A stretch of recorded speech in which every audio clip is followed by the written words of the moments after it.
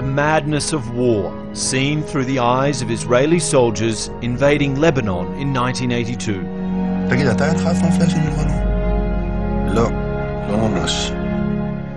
The animated documentary, Waltz with Bashir, follows the quest of a group of Israeli soldiers trying to remember their involvement in the horrors of Lebanon's civil war.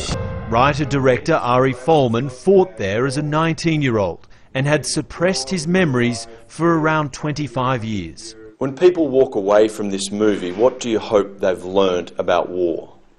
How useless wars are, always, how preventable they are, and in the eyes of the common soldiers, how clueless the guys are. The film's climactic scene focuses on the massacre of Palestinian civilians at the Sabra and Shatila refugee camps. Israeli soldiers had surrounded the camps but allowed the entry of Christian Phalangist militias, desperate to avenge the assassination of Lebanese President-elect Bashir Gemayel. Yes, they were surrounding the camps during the massacre, and that's a terrible thing to do, as is, but they didn't pull the trigger, and like in a lot of places in Europe, people didn't know that.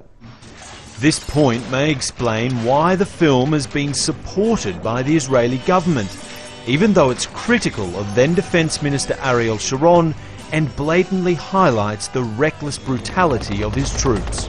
Lena Merhej is a Lebanese animator whose mother worked as a doctor at Sabra and Shatila.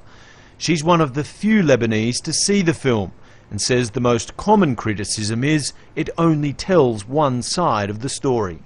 It drives you into the psychology of this character, and you are really looking at everything in his point of view, which is the point of view of a soldier who is basically invading a country. Folman accepts the criticism, but says it would be hypocritical for a former Israeli soldier to give the Arab perspective too. Dan Nolan, Al Jazeera, Jerusalem.